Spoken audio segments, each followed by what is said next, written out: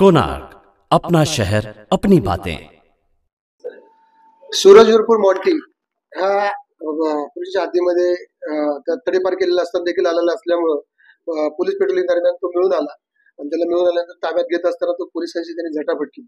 त्यामुळे त्याच्यावरती आपण 142 प्रमाणे तसेच पोलिसांच्या सरकारी कामात अडथळा केला त्याप्रमाणे कारवाई केली आहे। पोलिसांनी मान्य न्यायालयाने त्यास 1 दिवसाची पीसी दिलेली, त्यामुळे त्या गुन्ह्याच्या संबंधात तपास चालू आहे। सदर गुन्हेगारावरती यापूर्वीच 5 गुन्हे दाखल आहेत।